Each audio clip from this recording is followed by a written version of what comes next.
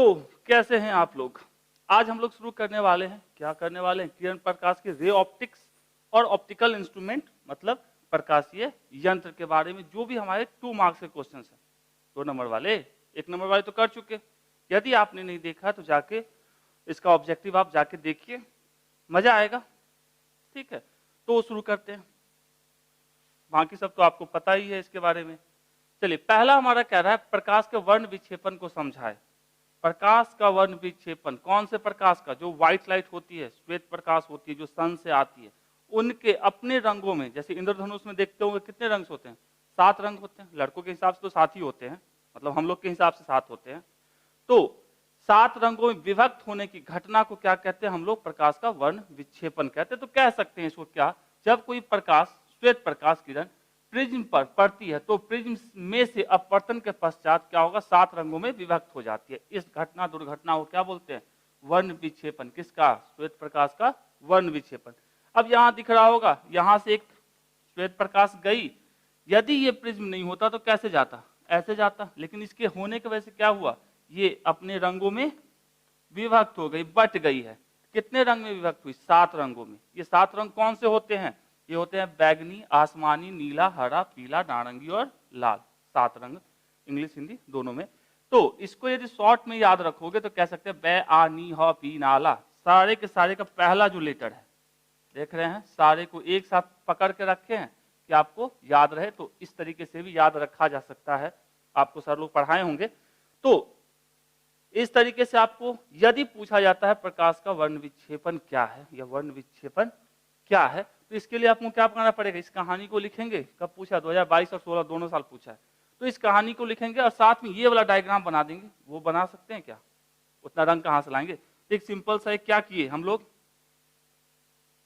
एक प्रिज्म बना लिए और यहां से व्हाइट लाइट को, श्वेत प्रकाश को लेके गए और यहां से क्या किया, ये पढ़ते गया, पहला, दूसरा, तीसरा और पूरा पूरा कलर्स लिख दिए, ROYGBIV, या नीचे से लिखना ज्यादा अच्छा है, विब्ग्योर VIBGYOR।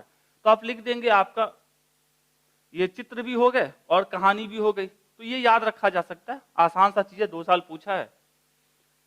नेक्स्ट हमारा चलिए इसको पहले साफ किया जाए।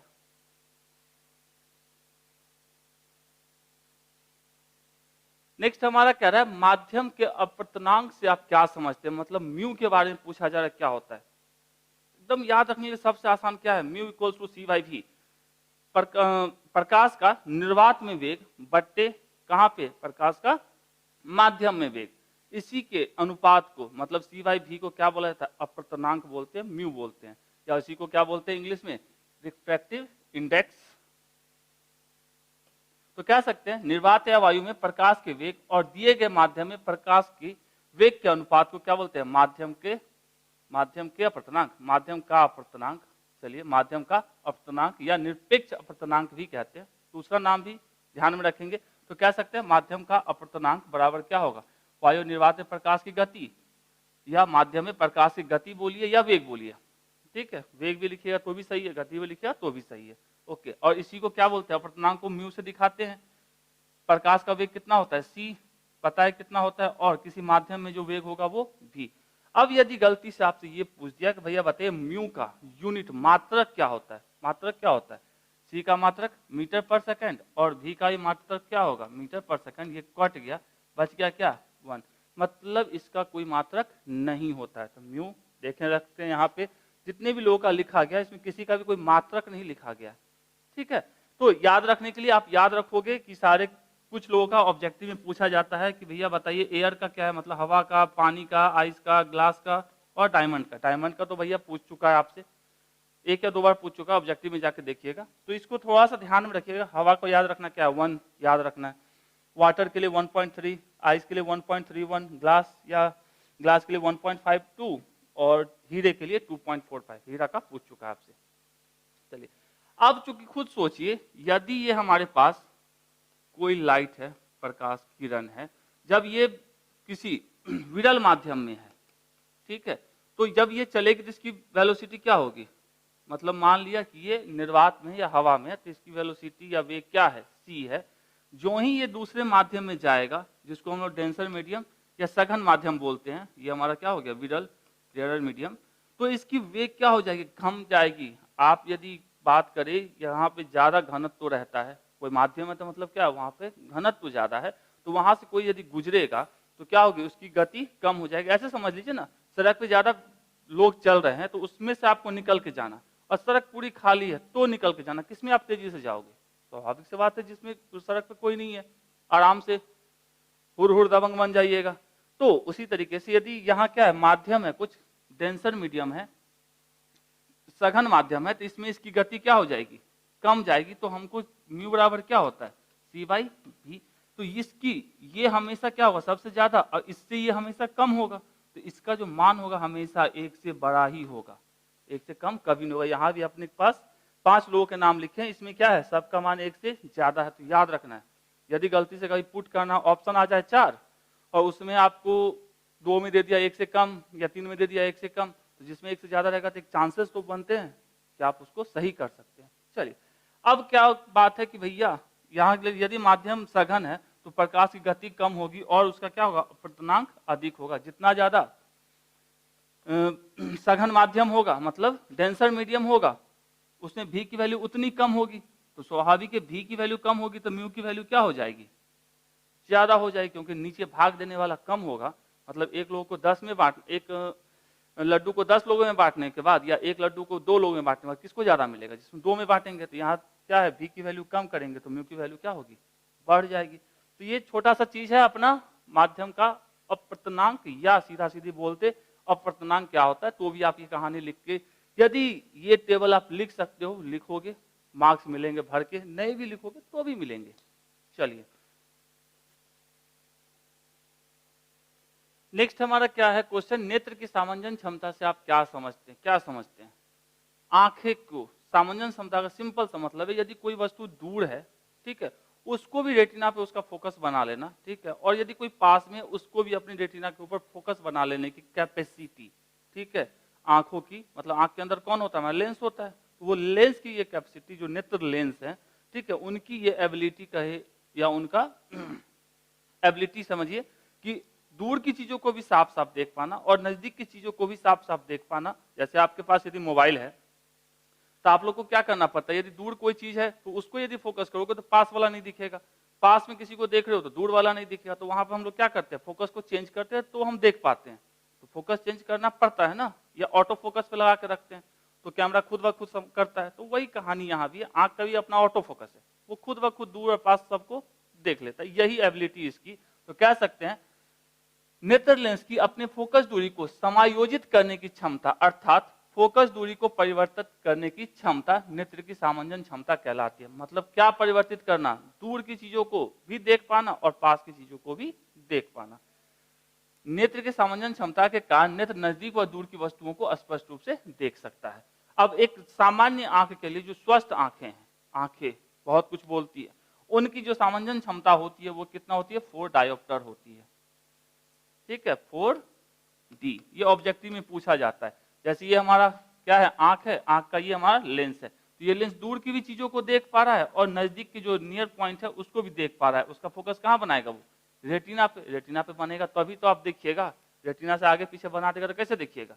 तो वही रेटिना बनाने की ये खूबी जो है, ठीक है, क्षमता जो है, इसी को क्या बोलते हैं हम लोग, इसकी सामंजन क्षमता कहा जाता है। 2021 से पूछा, 2 मार्क्स में, एक्सपेक्टेड है कि आपको समझ में आया होगा। आप इसको बाखूबी हमसे भी ज्यादा अच्छे से आप लिख सकते हैं, क्योंकि यदि आपको समझ में आया तो लिखिएगा जरूर।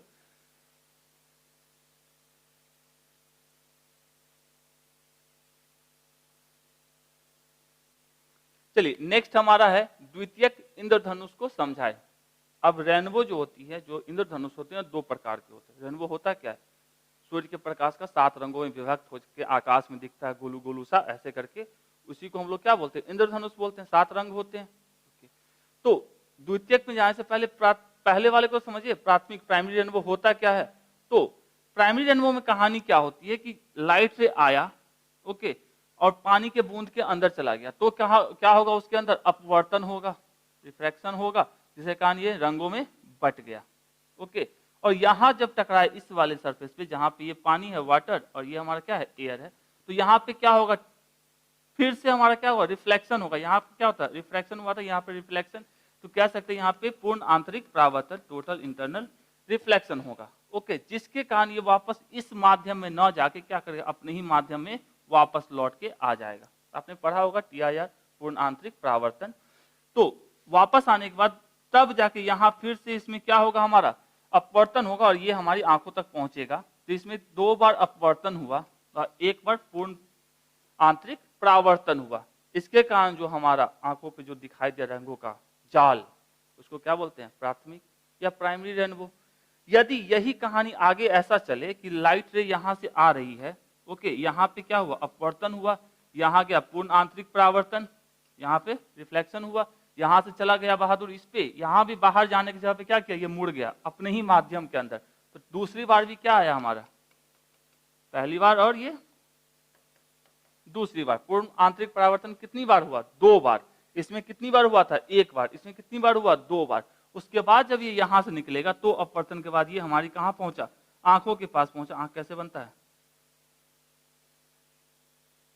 आंखें कुछ तो कहती है।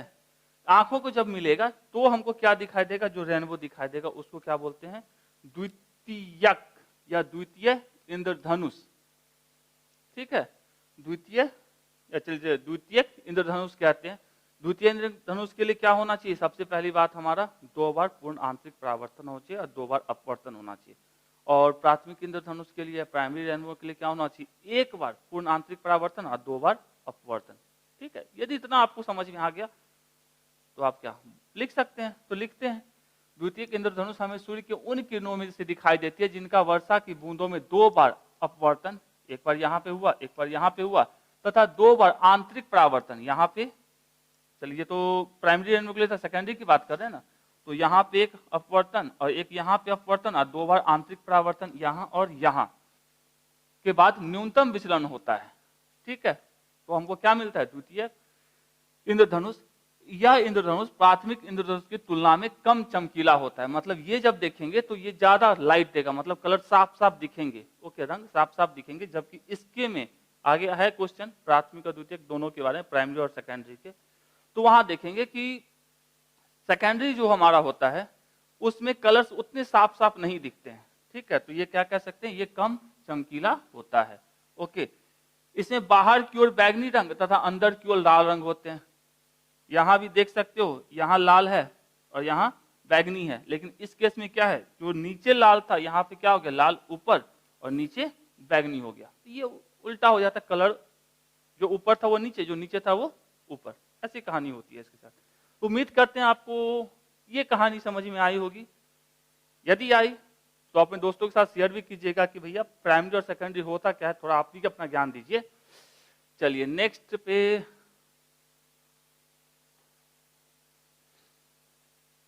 चलिए, 5th नंबर क्वेश्चन कह रहा है प्रकाश के पूर्ण आंतरिक परावर्तन के लिए आवश्यक शर्तों को लिखें।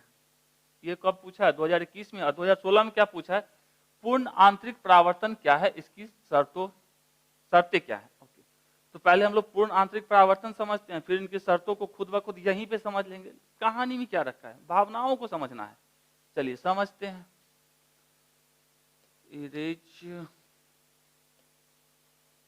मान लीजिए ये हमारा क्या है, ये नीचे वाला हमारा है डेंसर मीडियम, सघन माध्यम, और ये हमारा क्या है, रेयर मीडियम, विरल माध्यम। ओके, जब कोई प्रकाश की किरण सघन से विरल की तरफ जाती है तो हमको पता है कि वो क्या होगा, विरल की तरफ जाएगी तो वो नॉर्मल से, ऐसे यदि ये नहीं होता तो ऐसा जाता है कि क्या करेगा, नॉर्मल से दूर जाएगा ऐसे। ओके, यदि चलिए एक एंगल इस पे हमने दिया θ1 पे, यदि मान लीजिए दूसरे एंगल पे हमने दिया और ये क्या होगी, वापस से दूर जाएगी, मतलब ऐसा। चलिए हम तीसरी कहानी ले लेते हैं और इसको थोड़ा सा और एंगल को बढ़ा दिए और ये कैसे चली गई, ऐसे चली गई। ठीक है, और यदि हम एंगल बढ़ाते तो ये क्या होता, अपने ही माध्यम में वापस यदि लौट जाए, ओके, अपने ही माध्यम में वापस लौट जाए, जिस समय ये इसके नॉर्मल के साथ 90 का एंगल बनाएगा, 90 का एंगल बनाएगा, तो इस एंगल को बोला जाता है इसका क्रांतिक कोण, क्रिटिकल एंगल। और यदि अपने ही माध्यम में लौट आ जाए तो उसी को बोलते हैं प्रकाश का पूर्ण परावर्तन, पूर्ण आंतरिक परावर्तन। तो पूर्ण आंतरिक परावर्तन आपको समझ में आया। अब यहाँ पे शर्तों की बात करते हैं। शर्त क्या है, क्या है शर्त? चलिए, शर्त के लिए सबसे पहली बात है प्रकाश की किरण कहां से जानी चाहिए? डेंसर से, मतलब सघन माध्यम से कहां जानी चाहिए? विरल माध्यम में जानी चाहिए, पहली शर्त। दूसरी शर्त क्या है कि ये जो हमारा होता है, जब ये 90 पे झुक गया नॉर्मल के साथ, तो इसको बोला जाता है क्रिटिकल एंगल। इस ये हमेशा क्या होनी चाहिए, यहाँ पे जो एंगल बनेगा थीटा, वो उसकी वैल्यू हमेशा क्रिटिकल एंगल से बड़ी होनी चाहिए, तब तो वो अंदर आएगा, वरना क्रिटिकल एंगल पड़ेगा तो 90 का बनाएगा। इससे ही ज्यादा बड़ा करेंगे तो क्या करेगा, वो वापस अपने ही माध्यम में आ जाएगा, दूसरे माध्यम में नहीं जाएगा। यही इसकी शर्तें हैं। शर्त भी हो गई। चलिए आगे कथावाचन किया जाए। तो कथावाचन में कह सकते हैं, जब कोई प्रकाश किरण सघन माध्यम से विरल माध्यम में प्रवेश करती है और आपतन कोण I का मान क्रांतिक कोण C के मान से अधिक होने पर प्रकाश किरण विरल माध्यम में प्रवेश करने के बजाय क्या करती है, सघन माध्यम में ही लौट आती है। इस घटना दुर्घटना को प्रकाश का क्या कहते हैं, पूर्ण आंतरिक परावर्तन कहा जाता है। अभी जस्ट समझाएं पीछे, यहाँ देख सकते हैं θ1 पे ये इसमें गया दूसरे माध्यम में, इसमें भी गया, इसमें क्या हो गया, यहाँ पे 90 का कोण बनाया, तो इस एंगल को क्या बोले हम लोग, क्रांतिक कोण, क्रिटिकल एंगल। लेकिन इससे जो ही ज्यादा बड़ा होगा तो वापस से कौन से माध्यम में आ गया, अपने ही जिस माध्यम से सघन माध्यम से गया था, डेंसर मीडियम से, वापस उसी में आ गया। तो हम लोग क्या बोलते हैं भैया, ये प्रकाश का पूर्ण आंतरिक परावर्तन हुआ। ओके, वापस जिसमें से गया था लाइट, उसी माध्यम में वापस लौट आया। ओके, इसकी अब शर्तों की बात की तो शर्त क्या है, प्रकाश किरण को सघन माध्यम से विरल माध्यम में जाना चाहिए, तभी यदि सघन से विरल में जाएगा तो ही प्रकाश का पूर्ण आंतरिक परावर्तन होगा। ओके, दूसरा क्या है, आपतन कोण का मान, मतलब जो हम ये एंगल लिख रहे हैं ये वाला, ठीक है, इस कोण का मान क्रांतिक कोण के मान से अधिक होना चाहिए, मतलब C के मान से ज्यादा होना चाहिए। दो शर्तें, पहला कहाँ, सघन से विरल में जाना चाहिए, दूसरा जो आपतन कोण है, जैसे ये हमारा क्या है, ये वाला जो कोण है नॉर्मल के साथ बनाया, इसी को क्या बोलते हैं, हम बोलते हैं इसको, कहाँ के भैया, आपतन कोण।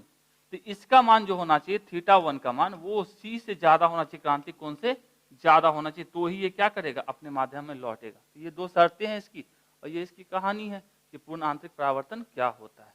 ओके, चलिए, उम्मीद करते हैं आप फिगर भी बना पाएंगे, ऑलरेडी आप पढ़ चुके हैं। तो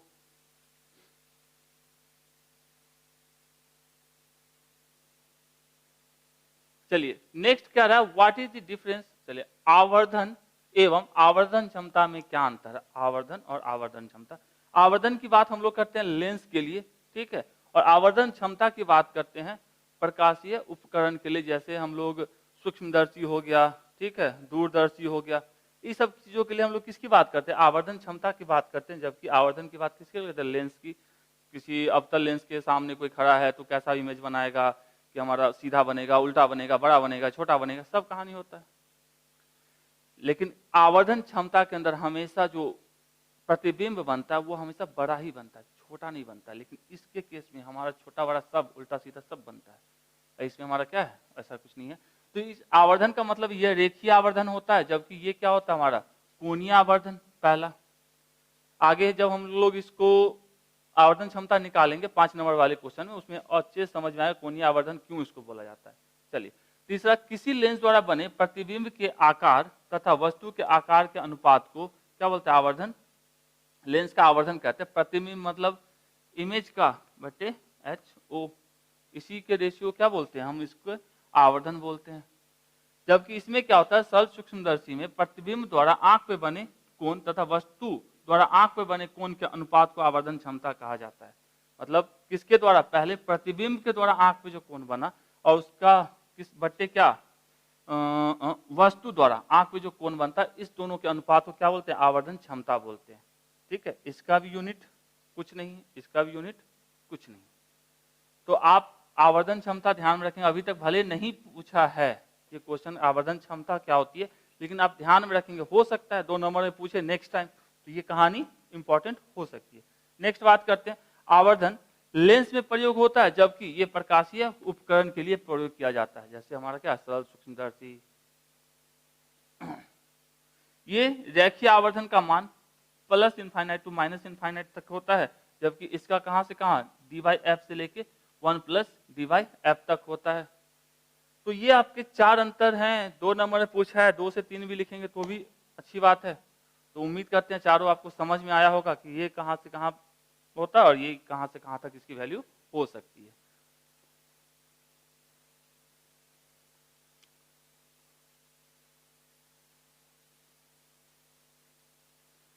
नेक्स्ट क्या रहा है कि क्रांतिक कोण और अपवर्तनांक के बीच संबंध स्थापित कीजिए। मतलब किसके बीच में? म्यू और सी के बीच में आपको संबंध बताने के लिए कह रहा है। चलिए मान लेते हैं भावनाओं को। सी कब आता है? सी आता कब है मार्केट में? सी कब आता है? जब कोई लाइट रे ऐसे आया और ये हमारा इसका नॉर्मल है और लाइट रे कैसे चला गया? इस लाइन पे चला गया, मतलब नॉर्मल के साथ 90 का कोण बनाया, तो हमारा कहाँ चला गया? 90 का कोण बना के जाएगा, तो जो ये एंगल बनेगा इसी को सी बोलते हैं क्रांतिक कोण। ठीक है, क्रिटिकल एंगल। तो अब बताना है सी और ये जो माध्यम है ये म्यू, चलिए हम इसको मान लिए μ1 और ये हमको मान लिए μ2 बराबर एयर है, एयर मीडियम है, मिडल माध्यम है, और ये हमारा म्यू है, ये वाला नीचे वाला माध्यम। सघन से ही विरल में जाना है। तो मान लिया माना कोई प्रकाश किरण सघन माध्यम से विरल माध्यम में प्रवेश कर रही है, तो सघन माध्यम के आपतन कोण का मान यदि आई हो, मतलब जो जिस एंगल से ये आ रहा है ये हमारा क्या है? आई, और ये किसके बराबर है? सी के। और विरल माध्यम में अपवर्तन कोण का मान आर हो, ये जो हमारा आर किसके बराबर है? 90 के। तो स्नेल्स के नियम के अनुसार, स्नेल्स का लॉ आप पढ़े होंगे, उसमें आपको साधा सीधी जिस माध्यम का उसी का एंगल साइन के साथ लगाना है, तो लिख सकते हैं μ1 साइन आई बराबर क्या? μ2 साइन आर। ये आई वाला माध्यम μ1, ये आर वाला माध्यम μ2। अब μ1 की वैल्यू कितनी है? म्यू, और साइन आई के मतलब कितना? सी। μ2 का 1 और आर का 90, साइन 90। तो हम यहां से क्या लिख सकते हैं? म्यू साइन सी बराबर साइन 90 की वैल्यू 1, तो मतलब ये पूरा 1, तो म्यू इक्वल्स टू क्या लिखा जा सकता है? 1/साइन सी।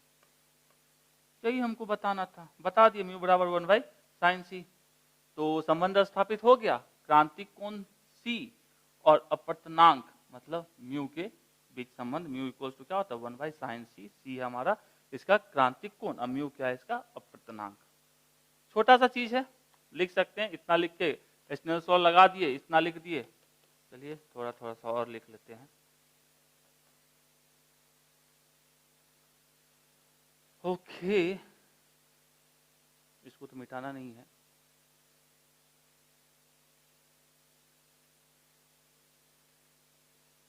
क्या क्या है? दो पतले अभिसारी लेंस, अभिसारी मतलब कॉन्वेक्स लेंस की बात की जा रही है। लेंसों की क्षमता कितनी दी गई है? +5 और +4 डायोप्टर। तो समाक्षीय रूप से, अक्षीय रूप से मतलब एक ही अक्ष पर रखा गया है, रूप से एक दूसरे से 10 सेंटीमीटर की दूरी पर रखे गए। तो समतुल्य लेंस की फोकस दूरी क्या होगी? देखिए इसमें जो हम फॉर्मूला यूज करेंगे वो आपसे 5 नंबर में किसी साल पूछे हुए हैं, तो वहां पे डिराइव करेंगे कि ये फॉर्मूला आता कैसे। यहाँ फिलहाल क्या करेंगे? फॉर्मूला यूज कर डालेंगे। तो फॉर्मूला हमारा क्या होता है? जो गिवन है पहले उसको लिख लेते हैं। हमको क्या देकर रखा है? P1 बराबर +5 डायोप्टर और P2 बराबर कितना देके रखा है? +4 डायोप्टर। और दोनों लेंस के बीच की दूरी कितनी देके रखी है? D बराबर 10 सेंटीमीटर। ओके, हमारा पावर का जो होता है फॉर्मूला वो होता है P = P1 + P2 - D P1 P2। चलिए सबकी वैल्यू हमको पता है। P1 कितना है? 5, P2 कितना है? 4, माइनस D की वैल्यू कितनी है? 10 सेंटीमीटर। अब हम 10 यूज नहीं करेंगे, इसको पहले मीटर में बदलेंगे। तो इसको मीटर में बदलते तो कितना लिखते? 0.1 मीटर। 0.1। P1 कितना? 5 और P2 हमारा 4। ये हो गया हमारा 9 माइनस 5 × 20 गुने इतना, तो ये हो गया 2 मतलब 7 डायोप्टर। क्या ये आंसर है क्या? पूछ क्या रहा है? समतुल्य लेंस की फोकस दूरी, समतुल्य लेंस की फोकस दूरी, ये क्या है? पावर है। ओके, तो ये हमारा क्षमता है, मतलब पावर है। तो P तो निकल गया। अब हमको पता है F का फॉर्मूला क्या होता है, 1/P पता है। चलिए और भी हमको पता है, या इसको लिखते, ये हमको जो आंसर आता वो किस में आता भैया, मीटर में आता, और 100/P करेंगे तो इस किस में आएगा, ये सेंटीमीटर में आएगा। तो लिख लेते हैं 100 और P की वैल्यू कितनी है 7। ये हमारा किस में आएगा आंसर, सेंटीमीटर में। अब इसको काटोगे तो 100/7 तो 1 7 या 3 14.28 सेंटीमीटर हमारा आ जाएगा। यही हमसे पूछा जा रहा है। यदि कभी न्यूमेरिकल बनाते हैं तो ऐसे इस तरीके से डब्बे में डाल के बनाइएगा तो सामने वाले के लिए आसान होता है कि आंसर चेक करना। यदि सही है तो फटाक से आंसर मिल जाएगा, मतलब फुल अप तो फुल, 2 में 2। ठीक है, चलिए आगे बात करें।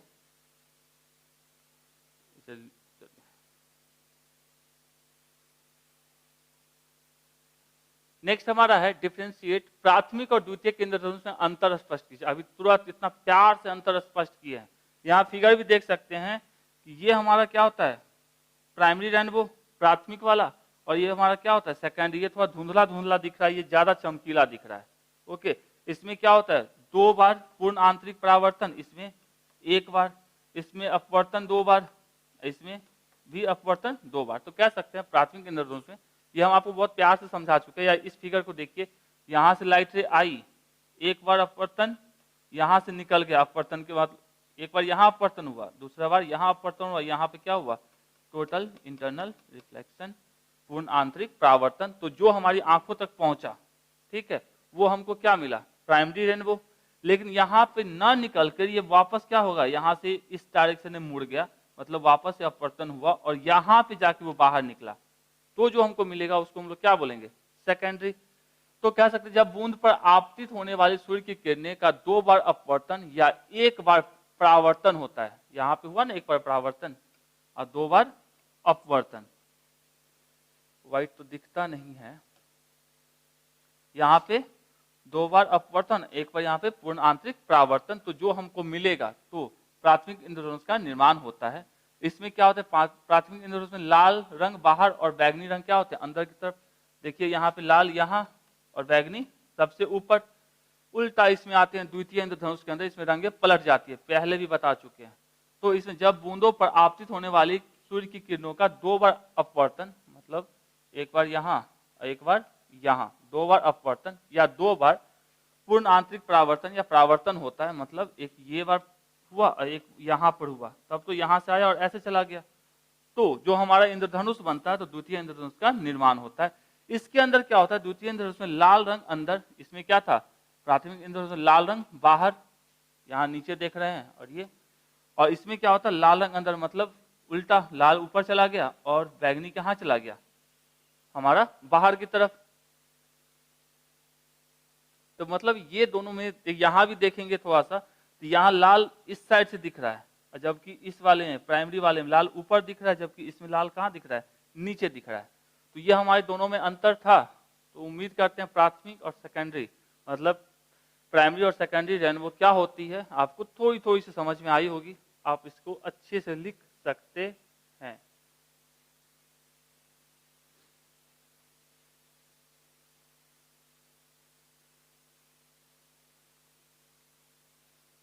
नेक्स्ट क्या कह रहा है, माध्यम ए में प्रकाश का वेग भी है, माध्यम ए।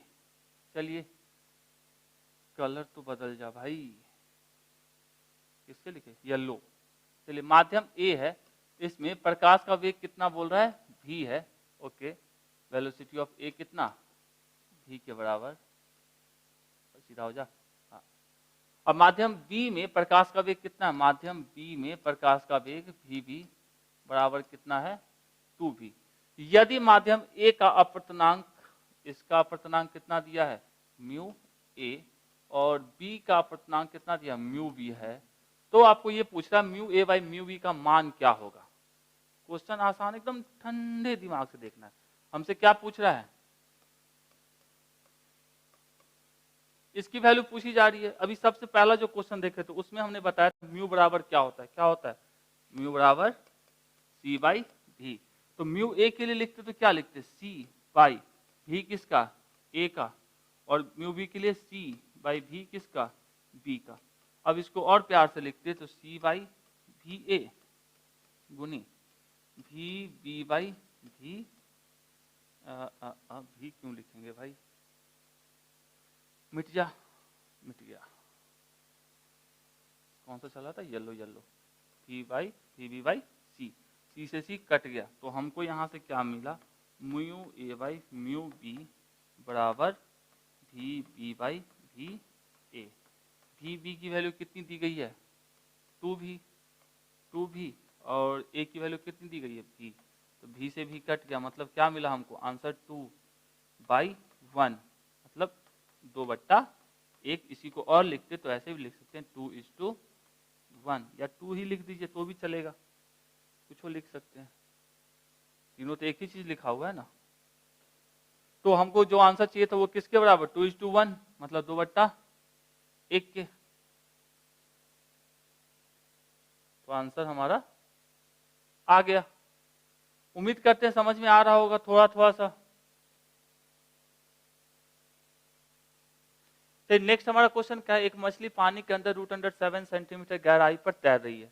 चलिए पहले सबसे पहले पानी बना लिए, ठीक है, और ये क्या है, गहराई जहां मछली तैर रही है इसकी कितनी है, √7 सेंटीमीटर इस गहराई पर तैर रही है। तैरो भैया, हम क्या करें, मछली पानी के बाहर केवल एक वृत्ताकार भाग से देख सकती है, मतलब मछली कैसे देख सकती है, वृत्ताकार भाग से ही देख सकती है। तो हम लोग पढ़े हैं पूर्ण आंतरिक परावर्तन के केस में, क्या पढ़े हैं पूर्ण आंतरिक परावर्तन के केस में, थोड़ा सा आपको ध्यान में होगा। तो होता क्या है, लाइट यदि डेंसर से रेयरर में जाती है, देख सकते हैं, अच्छा डेंसर से रेयरर में जाती है तो क्या होता है, कुछ एंगल पे इतना आएगा, और थोड़ा लाइट टेढ़ा होके जाएगा तो ऐसा कुछ, और कुछ जाएगा तो ऐसा, और यदि एंगल मिल गया तो ये वापस से अपने माध्यम में लौट आती है, ठीक है। इसी को क्या कहते हैं, पूर्ण आंतरिक परावर्तन। जब तक ये वाली कहानी चल रही है तब तक तो बहादुर इससे पहले जो भी है सारे को देखा जा सकता है, मतलब जब ये इसके साथ 90 बनाएगा तो उस समय ये एंगल को क्या बोलते हैं, क्रिटिकल एंगल, क्रांतिक कोण, पढ़े हैं अभी जस्ट पीछे पढ़े हैं। तो इस केस में इससे पहले की पूरी कहानियों को ये देख सकता है, लेकिन इसके बाद जो ये हमारा लाइट गया ये वापस अपने ही माध्यम में चला गया, तो देखना कहानी खत्म। तो सेम कहानी इस साइड ही बनेगी ऐसा, और ये कैसे चला गया ऐसे, तो ये हमारा 90 और ये हमारा सी। तो ये जो हमारा बना सर्कल, इसी सर्कल के अंदर वो देख सकता है, इसी वृत्त के अंदर वो देख सकता है कि कहानी बाहर में क्या चल रही है। तो हमने इसी चीज को, फिगर भी बनाना है इसका तो बना डाले, यहाँ दिख रहा है ना, चित्र से दर्शाएं। तो हमने बना दिया भैया, यहाँ पे लंब खींचा नॉर्मल, ये हमारा हो गया 90, ये हो गया हमारा कौन सा, सी। यदि ये सी होगा तो ये भी सी होगा, सेम कहानी यहाँ भी चलेगा, 90 ये सी, तो ये भी हमारा क्या, सी होगा। थोड़ा सा समझ रहे हैं, चलिए होगा तो अच्छी बात है। चलिए आगे चलते हैं। तो हमको क्या दे के रखा है कि पानी का अपवर्तनांक क्या होगा, ठीक है, मतलब ये जो पानी है म्यू इक्वल्स टू कितना दे के रखा है, 4/3। तो हम लोग पढ़े हैं टोटल इंटरनल रिफ्लेक्शन के अंदर, मतलब पूर्ण आंतरिक परावर्तन के अंदर हमारा जो म्यू होता है वो होता है किसके बराबर, 1/sin c के। तो यहां से हम sin c बराबर क्या लिख सकते हैं, sin c बराबर हम लिख सकते हैं 1/μ, मतलब 1/μ की वैल्यू कितनी है, 4/3, तो इसको हम लिख सकते हैं 3/4, ठीक है। इतना तो इजी था। अब आते हैं, बात करते हैं हम इस त्रिभुज की बात करते हैं, इसका नाम रखती है ए बी और इसका नाम रखती है ओ। चलिए यहाँ हम इस त्रिभुज को समझाने के पॉइंट ऑफ व्यू से बता रहे हैं, ठीक है। ये हमारा यही निकालना है हमको, यही तो, इसी के थ्रू तो वो देख सकता है, इससे बाहर का मतलब इस साइड से नहीं देख सकता है। तो यही हमको पूछ रहा है कि भैया त्रिज्या बताइए इसका, तो यही हमको पूछा जा रहा है आर, और ये कितना दे दिया √7, और ये हमारा एच, ये हमारा एंगल दे दिया सी, ये हमारा 90। यदि ये सी है तो ये हमारा बेस बनेगा, 90 के सामने वाला एच बनेगा, और ये हमारा क्या बनेगा, पी बनेगा। चलिए अच्छी बात है। अब साइंस सी की बात थोड़ी देर के बाद करेंगे। अब हमको ये पता है और ये निकालना है, तो कौन सा फॉर्मूला लगाएंगे, tan का लगा सकते हैं। तो tan इक्वल्स टू क्या होगा, tan c बराबर, नाम क्या दिए थे इसका, a, इसका b, इसका O। तो tan बराबर क्या हो जाएगा, AB बट्टे बट्टे बट्टे बट्टे BO। और AB कितना है हमारा, AB है हमारा R के बराबर और BO हमारा है √7 के बराबर। तो R बराबर क्या लिख सकते हैं, √7 tan C। हमको पता क्या है, sin C की वैल्यू पता है, tan C की वैल्यू तो नहीं पता है। तो कैसे, तो tan C को ऐसे भी तो लिखा जा सकता है थोड़ा सा, 3k/4k, k से k कट गया, वापस से इतना आ जाएगा। तो यहां हम थोड़ा सा चलिए करते हैं। तो sin C के केस में ऊपर वाला जो होता है वो हमारा क्या होता है, परपेंडिकुलर, और नीचे वाला क्या होता है, हाइपोटेनस, P/H होता है हमारा ये। तो हमको B निकालना होगा, तो B बराबर क्या करेंगे, ओके B हमको चाहिए ही क्यों, हाँ B चाहिए तब तो tan निकालेंगे, क्योंकि tan बराबर क्या होता है, चलिए बाद में करेंगे। B बराबर क्या लिख सकते हैं, H4k, यहाँ से P बराबर क्या लिख सकते हैं 3k और H बराबर 4k। तो यहाँ से B बराबर क्या आ जाएगा, B बराबर हो जाएगा √H² माइनस P का स्क्वायर बराबर, इसको लिख सकते हैं H² मतलब 4k का स्क्वायर माइनस P का मतलब 3k का स्क्वायर, मतलब ये हो गया √16k² माइनस 9k²। तो यहाँ से हो गया कितना, √7 स्क्वायर है के तो बाहर √7। तो यहाँ से हम यदि tan C लिखते तो क्या लिखते, tan C बराबर क्या होता है हमारा, tan होता है P/B। तो P की वैल्यू कितनी है 3k और B की वैल्यू कितनी हमने निकाला, ये B ही है ना, √7k, k से k कट गया तो क्या बचा 3/√7, चिपका दिए √7 इंटू 3/√7, √7 से √7 कट गया, ये क्या बचा 3, क्योंकि चल किस में रहा है सेंटीमीटर में, तो ये हमारा आंसर किस में आएगा 3 सेंटीमीटर। आया क्या, उम्मीद है समझ में आ रहा होगा। न्यूमेरिकल है, एक बच्चा पूछा भी था कि सर क्या न्यूमेरिकल पूछा जाएगा, या क्या पूछा जाएगा वो तो जो पूछ रहे हैं उन्हीं को पता है ना, लेकिन चांसेस कम रहते हैं न्यूमेरिकल, आपको ऐसे बिहार बोर्ड के अंदर न्यूमेरिकल कम पूछे जाते हैं। लेकिन आप इसकी प्रैक्टिस करेंगे तो इस प्रैक्टिस को करने से आपको 2-3 चीजें क्लियर होंगी। वो पहली क्या है कि पूर्ण आंतरिक परावर्तन क्लियर रहेगा तो ही ये क्वेश्चन को आप बना सकते हैं।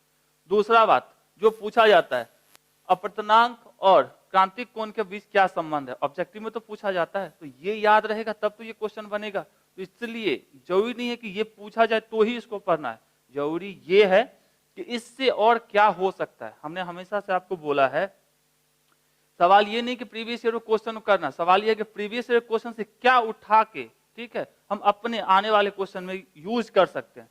तो इसलिए इसको बनाइए, प्रीवियस जो भी क्वेश्चन है बनाइए, उससे कुछ सीखिए और अपने एग्जाम में अप्लाई किया, तब देखिए रिजल्ट आएगा। ठीक है, चलिए आगे चले।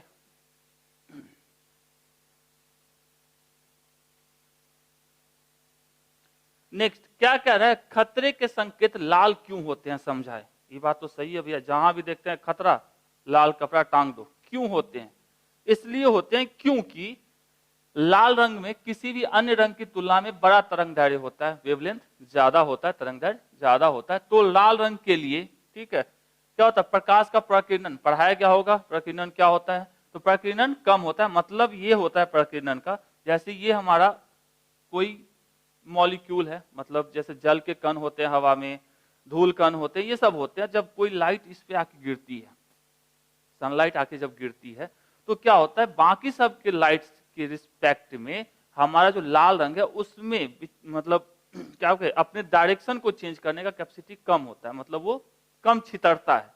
ओके, मतलब वो इस कम यदि छितरेगा तो क्या होगा, मतलब छितरना मतलब क्या, फैलना, कम फैलती है, जिसके वजह से ये दूर तक जा सकती है। और खतरे की निशानी दूर से दिख जाए तो ही तो आप बचोगे, नहीं तो पास जाके दिखेगा तो क्या मतलब है। ब्लू कलर रहता तो क्या होता, जब पास जाते तो दिखता, लेकिन लाल क्या है, दूर से ही दिख जाता है, भैया वहां लाल कुछ चल रहा है, तो उसके वजह से हम लोग लाल रंग का उपयोग करते हैं। तो कह सकते हैं जिससे अधिक दूरी की यात्रा होती है, जिससे क्या होती है, ये जो नहीं इधर उधर भटकता है, जिसके वजह से क्या करती है, बहुत दूर तक जाता है, यही कारण है कि खतरे के संकेत के लिए लाल रंग का उपयोग किया जाता है ताकि वह दूर से ही दिखाई दे सके। ठीक है, क्योंकि इसका प्रकीर्णन कम होता है, मतलब ये फैलता कम है, जिसकी वजह से ये दूर तक जाएगा। दूर तक जाएगा तो क्या होगा भैया, दूर से ही दिखेगा ना, आपके आंखों तक पहले पहुंचेगा कोई, तब तो आप उसको देखोगे। जो पहुंच ही नहीं रहा है आंख तक, रास्ते में ही दम तोड़ देगा, उसको कैसे देख लेंगे। ये क्या था, दूर तक जाती है तो दूर से ही खतरा दिख जाता है। मान लो पास में रहता है, यहाँ पे आके देखते तो पता चलता खतरा यहाँ पे, हम भी यहीं पे टकरा गए, कपार फूट गया। उससे अच्छा है लाल रंग का बनाया। तो इसलिए कहते हैं कि लाल रंग में हम लोग खतरे के रंग को क्या लिया जाता है, लाल लिया जाता है। चलिए, अच्छी बात है, उम्मीद है थोड़ा थोड़ा समझ में आया होगा। अगला सवाल है, एक छोटी पिन को मेज पर स्थापित किया जाता है तथा इसको 50 सेंटीमीटर की दूरी से ऊपर से देखा जाता है। चलिए, एक हम मेज ले लिए, ये हमारे पास मालूम मेज है, इस पे एक छोटा सा पिन थोड़ा कलरफुल होना चाहिए। कौन सा कलर ले, चलिए ये हमारा एक छोटा सा पिन ले लिए इसके ऊपर।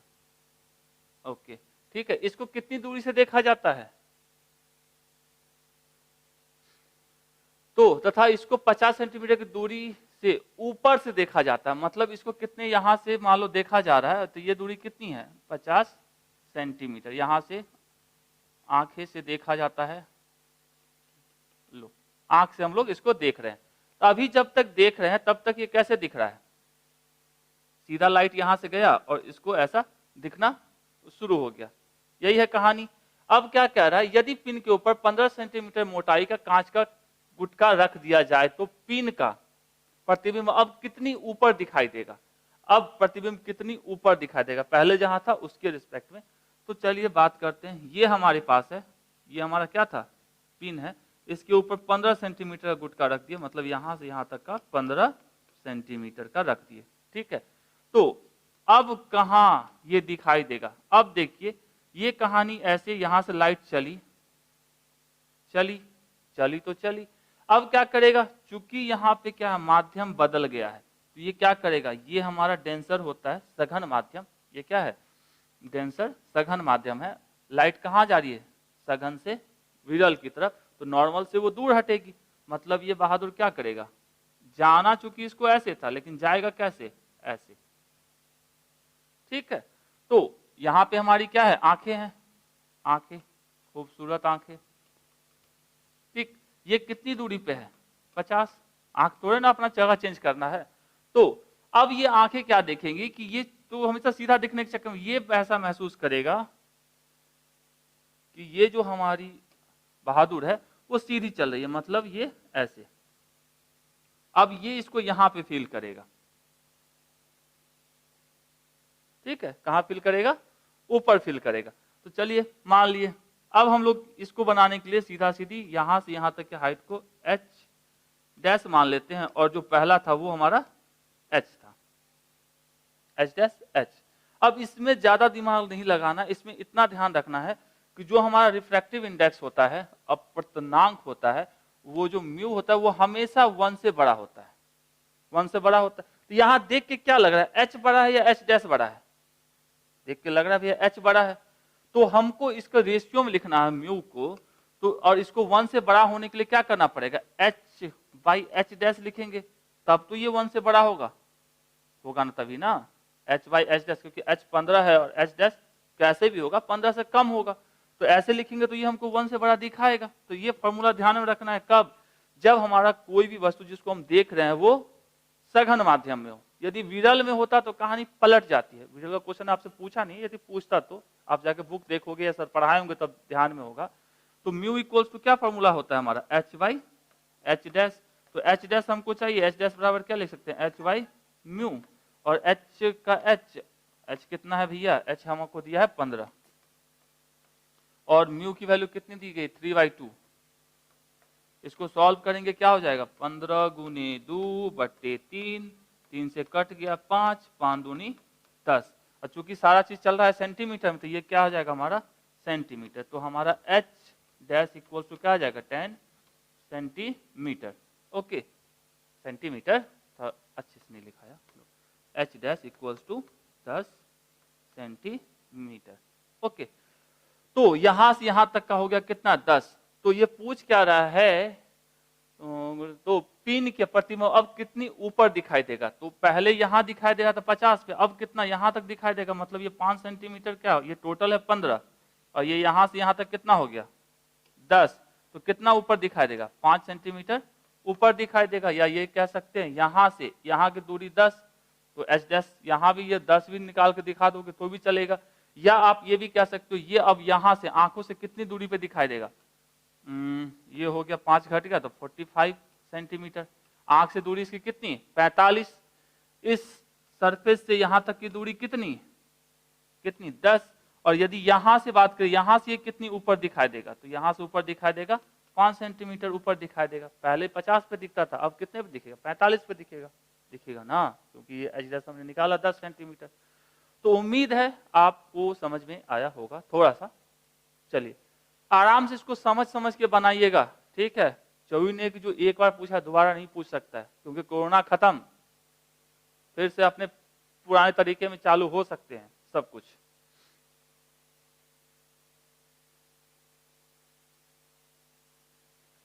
कह रहा है न्यूनतम विचलन की स्थिति में किसी प्रिज्म के लिए सूत्र इतना स्थापित करें। 2018 में कितना सारा पूछा है क्वेश्चन।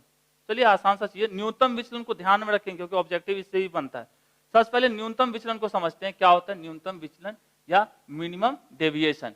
मिनिमम डेविएशन के केस में क्या होता है, ये हमारा मिनिमम डेविएशन की कहानी है न्यूनतम विचलन की। उस समय क्या होता है न्यूनतम विचलन पे प्रिज्म के अंदर आपतित किरण प्रिज्म के आधार के क्या होते हैं समानांतर होती है। मतलब ये जो हमारा है,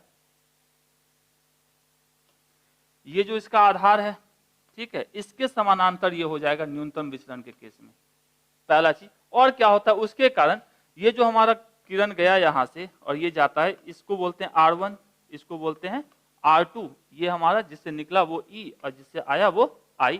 उस केस में हमारा क्या होता है I जो होता है E के बराबर हो जाता है, I E के बराबर हो जाता है। और दूसरा ये जो हमारा R1 है और ये R2 है, ये दोनों भी बराबर हो जाते हैं, मतलब R1 R2 R के बराबर हो जाता है।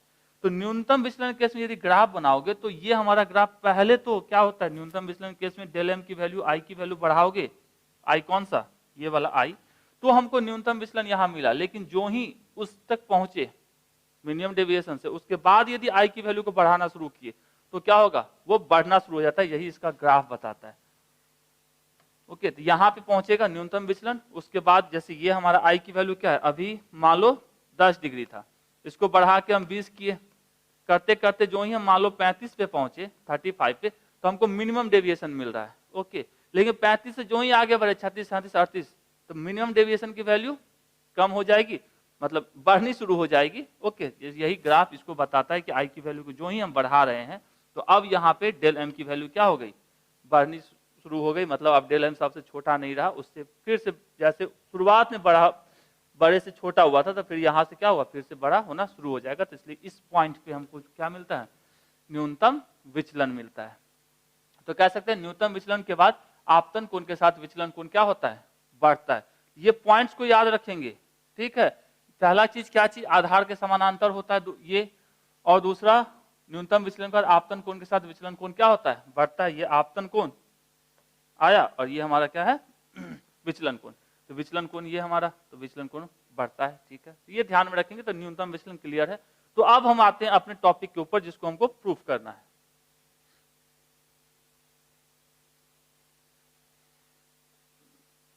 चलिए सबसे पहले हम जानते हैं कि प्रिज्म केस में जब आपको आगे शायद हम एक डेरिवेशन है इस पे वो वहां करके दिखाएंगे, फिलहाल अभी के लिए फिलहाल ध्यान में रखेंगे कि जब हमारा किसी प्रिज्म के लिए होता है, जो प्रिज्म कोण होता है वो R1 R2 के बराबर होता है। मतलब ये वाला जो कोण है वो R1 प्लस R2 के बराबर होता है, ये आपको पढ़ाया गया होगा, यहाँ प्रूफ करना है सिर्फ। और दूसरा होता है I plus E A plus del, मतलब ये जो है प्रिज्म एंगल ये और ये दोनों किसके बराबर होता है इसके और इसके सम के, मतलब ए प्लस डेल इक्वल्स टू होता है I प्लस ई प्रिज्म के केस में। ये न्यूनतम वगैरह की कहानी नहीं है, प्रिज्म की कहानी है। न्यूनतम के केस में क्या होता है, न्यूनतम विचलन के केस में हमारा I E के बराबर होता है, जस्ट पीछे बताए। और दूसरा चीज R1 जो होता है R2 के बराबर होता है, मतलब उसको हमने नाम R रख दिया, इसका नाम हमने I रख दिया। अब पहला वाला जो इक्वेशन है A बराबर R1 प्लस R2, इसमें R1 बराबर भी क्या है R, R2 बराबर भी क्या है R, तो इसको लिख सकते हैं A बराबर R प्लस R बराबर 2R। तो R यहां से लेंगे तो क्या करेंगे A/2, तो R बराबर A/2, इक्वेशन 1 माने। दूसरा इक्वेशन ये वाला, इसमें भी हम न्यूनतम विचलन केस में क्या जानते हैं I E के बराबर होता है, चिपका दो I E के बराबर, मतलब ये भी हमारा I plus A plus del, plus क्यों भैया, हाँ यहाँ इतना, तो यहां से क्या लिख सकते हैं 2I बराबर इतना, तो यही तो हमने लिखा जा सकता है। तो यहां से I बराबर क्या होगा 2 इस साइड आ जाएगा तो डिवाइडेड बाई 2, तो यहां से दो बार लिखें का, चलिए ये नहीं है, एक ही चीज को दो बार लिख दिए हैं, तो यहां से हमको I निकल गया, ठीक है। और स्नेल्स लॉ के हिसाब से क्या जानते हैं, स्नेल्स लॉ याद होगा थोड़ा बहुत,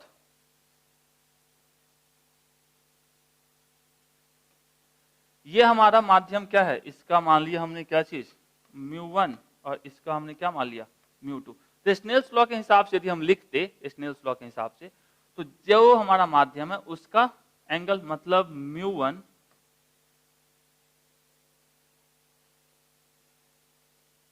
μ1 इंटू साइन I बराबर μ2 इंटू साइन, यहाँ R है या इसमें R1 की बात करते तो R1 ही समझ के लिख लेते हैं, क्योंकि हमको पता है R1 बराबर क्या है R है, तो यहां से हम इसको लिख सकते हैं। और इसी को लिखते क्या लिखते, चूंकि μ1 मतलब हवा है, एयर है, तो इसके लिए 1 इंटू साइन I बराबर μ2 कितना जो भी होगा म्यू के बराबर, और साइन R को लिख सकते R1 को लिख सकते हैं साइन R, तो यहां से इतना लिखा जा सकता है।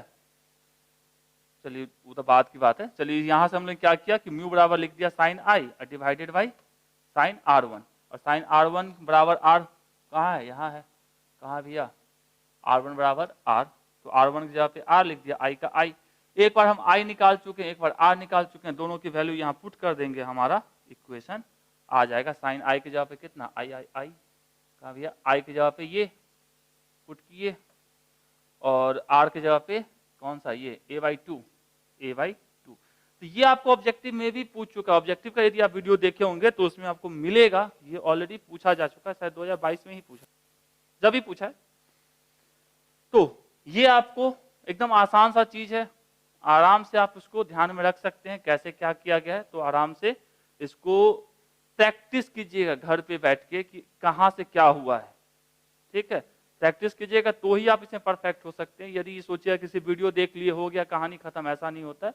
आराम से घर पे बैठ के कीजिए, एक दो बार प्रैक्टिस कीजिए, कोई दिक्कत होगा बुक खोलिए वापस से वीडियो देखिए, कीजिएगा तो समझ में आएगा, नहीं कीजिएगा तो भगवान मालिक।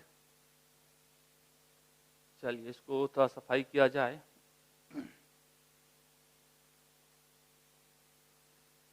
नेक्स्ट क्या कह रहा है हमारा, उत्तल लेंस के प्रधान अक्ष के ऊपर रखे बिंदु का लेंस से बने प्रतिबिंब को दिखाने वाला किरण आरेख खींचे यदि वस्तु फोकस दूरी से 3 गुनी दूरी पर हो। वस्तु को कहाँ रखा गया, फोकस दूरी से 3 गुनी दूरी पे। तो याद होगा कभी हमने पढ़ा था, आपको ऑब्जेक्टिव में भी बताया है, ये हमारा क्या है, चलिए इसी फिगर पे समझाते हैं।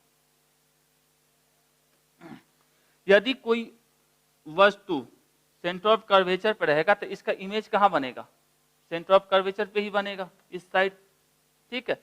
लेकिन ये यदि इससे पीछे जाएगा, ओके, तो ये भी क्या करेगा, इससे इस साइड आएगा। मतलब इनफाइनाइट से लेके सेंटर ऑफ कर्वेचर के बीच में कहीं भी वस्तु रहेगा तो उसका इमेज जो बनता है फोकस से लेके सेंटर ऑफ कर्वेचर के वक्रता केंद्र से और वक्रता त्रिज्या इन दोनों के बीच में बनता है। यदि सेंटर ऑफ कर्वेचर से ये आगे जाएगा तो ये कहाँ जाएगा, ये बहादुर हमारा यहाँ से पीछे की तरफ जाना शुरू करेगा, और जो ही ये बहादुर फोकस पे पहुंचेगा तो ये कहाँ बन जाएगा, इमेज हमारा इनफाइनाइट पे बनना शुरू हो जाएगा। ये पढ़ा चुके हैं, ऑब्जेक्टिव में भी सारे फिगर दिखाए थे। तो यहाँ क्या कह रहा है हमारा, यहाँ हमारा कह रहा है कि 3 गुनी दूरी पे ये हमारा मान लो फोकस है, तो ये हमारा क्या होगा 2f सेंटर ऑफ कर्वेचर, ठीक है। तो अब इससे भी दूर, मतलब ये किसके बीच में होगा, सेंटर ऑफ कर्वेचर और इनफाइनाइट के बीच में। तो इमेज कहाँ बनेगा इसका, फोकस पे और सेंटर ऑफ कर्वेचर वक्रता केंद्र के बीच में कहीं। तो आप इसको यहाँ पे फिगर में बना सकते हैं, यहाँ 3f कह रहा है ना, 3f यहाँ लिख दिए, ये ऐसे दिखा दिए और इमेज अपना फोकस और सेंटर ऑफ कर्वेचर के बीच में कहीं पे भी आप दिखा सकते हैं, थोड़ा जितना दूर रहेगा वैसा। ओके, ये इनफाइनाइट प्रेशर फोकस से बनता है। तो इसी चीज को दिखाना था सिर्फ यहाँ से। चलिए पूरा मिटा के साफ साफ सिर्फ आपको डायग्राम शो करना है। यहाँ से दूरी कितनी 3F, ये दिखा दी, बात खत्म, पैसा हजम। 2017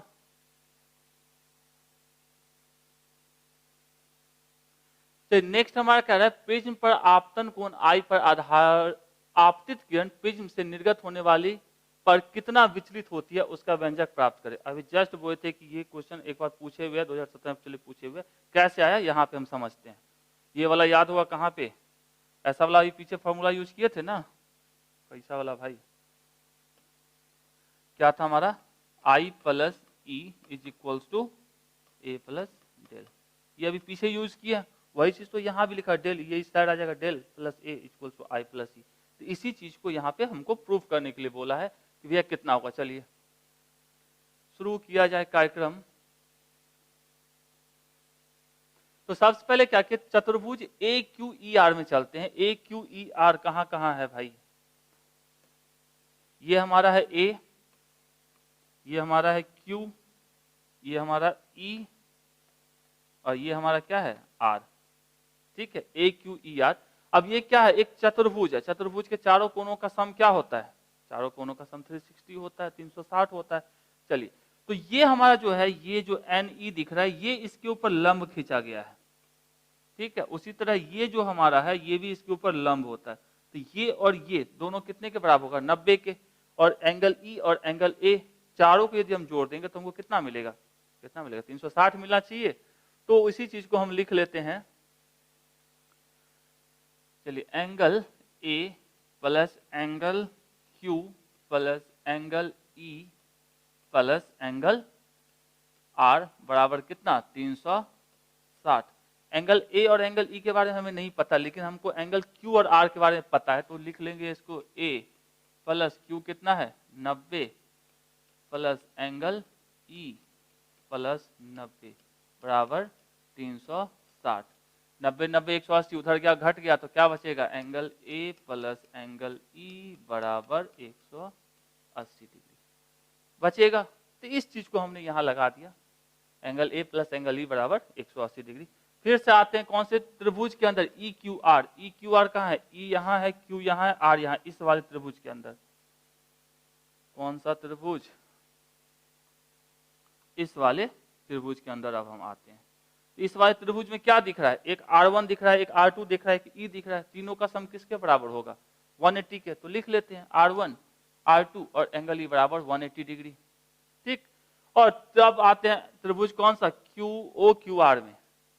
चलिए अब आते हैं OQR। O यहाँ, ये हमारा OQR, इस त्रिभुज की आप बात करते हैं। ठीक, अब सोच के देखिए, इस दोनों के बीच का एंगल I है, तो ये वाली ये लाइन और ये वाली ये लाइन, तो ये एंगल कितना बनेगा, ये भी I के बराबर होगा। तो ये वाला छोटू जो एंगल है, ये कितना होगा, टोटल ये I, तो ये पूरा I था, तो इसमें से ये R1 को घटा लेंगे तो ये बचेगा। तो लिख सकते हैं यहाँ I माइनस R1। उसी तरीके से ये E है, तो ये वाला पूरा क्या बनेगा E। ठीक, और ये हमारा नीचे वाला क्या है R2 है, तो ये क्या होगा हमारा E माइनस R2। ठीक, अब उसी चीज को यहाँ लिख देते हैं। और ये हमारा E माइनस R1, ये हमारा I माइनस R1, ये हमारा E माइनस R1। और त्रिभुज में जानते हैं जो दो अंतःकोण होते हैं, जो इंटरनल एंगल होते हैं, उनका सम बाहर वाले एंगल के बराबर होता है। तो यहाँ से हम लिख सकते हैं बाहरी एंगल कौन सा है, ये वाला है डेल। तो डेल बराबर क्या हो जाएगा, I minus R plus E minus I minus R1, sorry R1। तो अब मिटा के साफ साफ लिख दिया जाए भाई।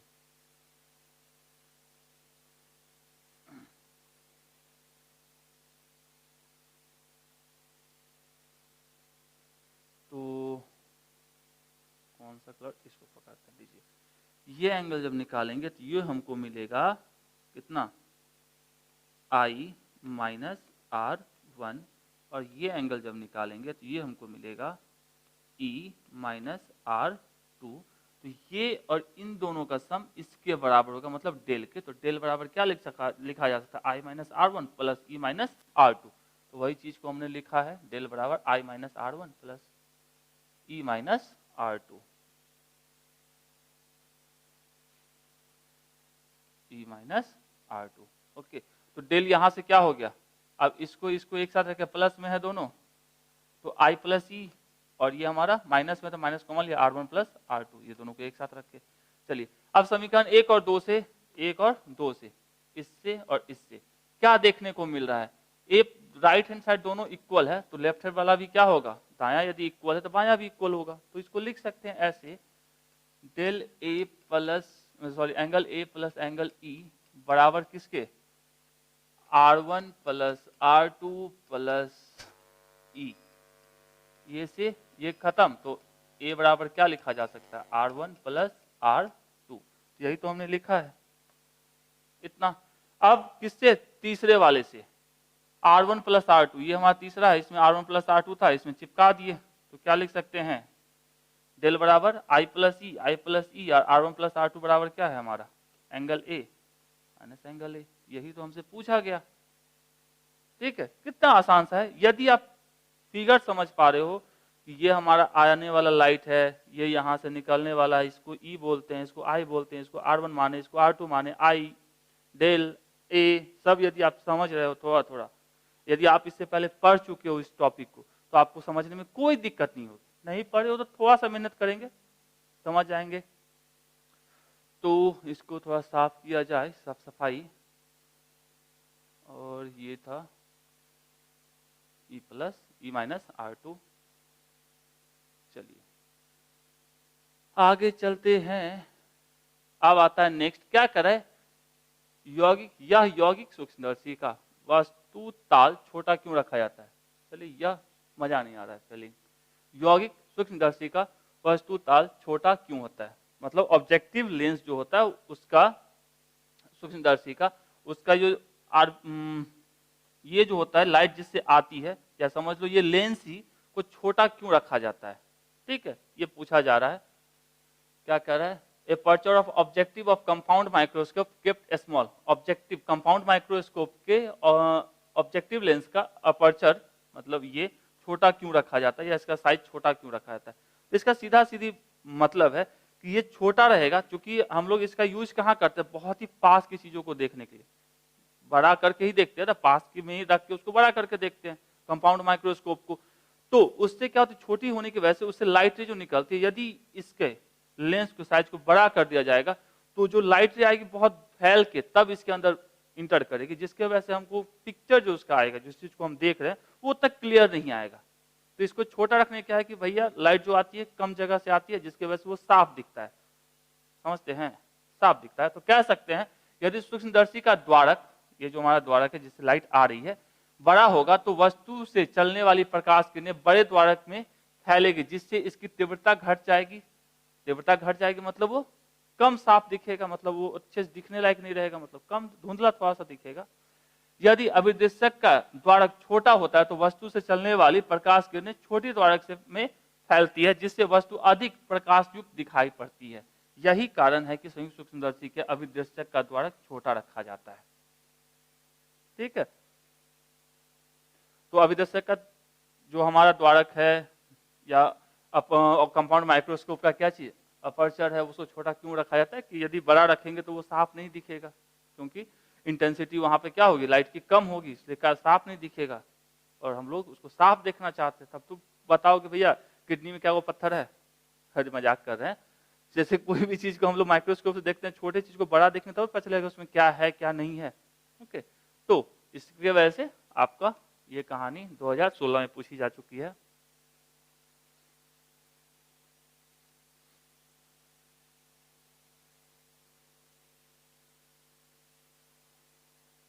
नेक्स्ट क्या कहे, दो पतले उत्तल लेंस जिसकी क्षमता 5D 2D है, एक दूसरे से 20 सेंटीमीटर की दूरी पर समकक्षीय रूप से रखे गए हैं। लेंस युग्म की फोकस दूरी तथा क्षमता निकाले। इससे पहले भी सारे क्वेश्चन किए हैं इसकी। ओके, तो जो दिया है उसको लिख लेते हैं। हमारे पास P1 बराबर कितना दिया है 5D, P2 बराबर दे के रखा है, क्षमता ही है ना 2D, और दोनों के बीच की दूरी D दे के रखा है 20 सेंटीमीटर। ये क्वेश्चन इससे पहले भी पूछा है, उसमें हमको सिर्फ फोकस पूछा गया था, इसमें क्या पूछा जा रहा है, फोकस के साथ साथ उसकी क्षमता पावर भी पूछी जा रही है। तो इसके लिए एक फॉर्मूला यूज किए थे जो 5 नंबर में, उसको हम डिराइव भी करेंगे, पहले भी बोल चुके हैं। तो ये होता है P का फॉर्मूला होता है P1 plus P2 minus D P1 P2।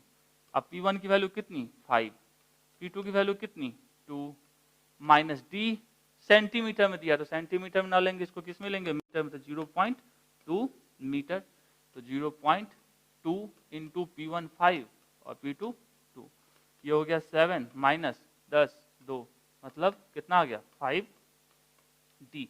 ये क्या निकल गया, इसका पावर निकल गया। अब हमको फोकस चाहिए, तो हम लोग जानते हैं फोकस बराबर क्या होता है 1/P, या इसी को लिख सकते हैं, जब ये देगा तो किस में देगा मीटर में देगा, और ये हमारा और 100/P रखेंगे तो आंसर हमारा किस में देगा सेंटीमीटर में देगा। तो हमको आंसर सेंटीमीटर में लाना है, तो 100 क्योंकि 1/5 करेंगे पॉइंट में आंसर आएगा, पॉइंट में लाने से अच्छा है कि भैया मीटर से अच्छा सेंटीमीटर में लिया। 100/5 मतलब ये कितना हो गया 20 सेंटीमीटर। और यदि मीटर में लिखते तो क्या लिखते 1/5, अब ये कितना हो जाएगा 0.2 मीटर। ये भी लिखना चाहते तो लिख सकते हैं, ठीक है डेसी सेंटी।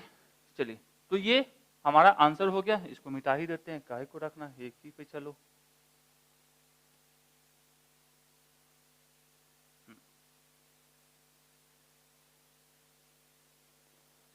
तो ये हमारा हो गया क्वेश्चन नंबर 18।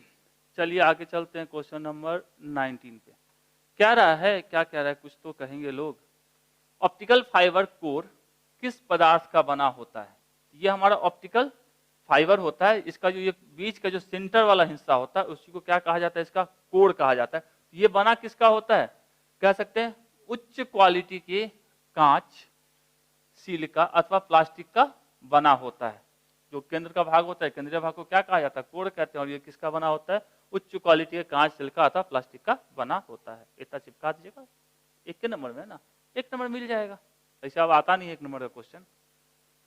नेक्स्ट क्या रहा है, 2 लेंसों की क्षमता इतना प्लस 12D, इससे पहले भी पूछ चुका, और -2D है, इन्हें संपर्क में समकक्ष रूप में रखने पर संयोग की फोकस दूरी कितनी होगी।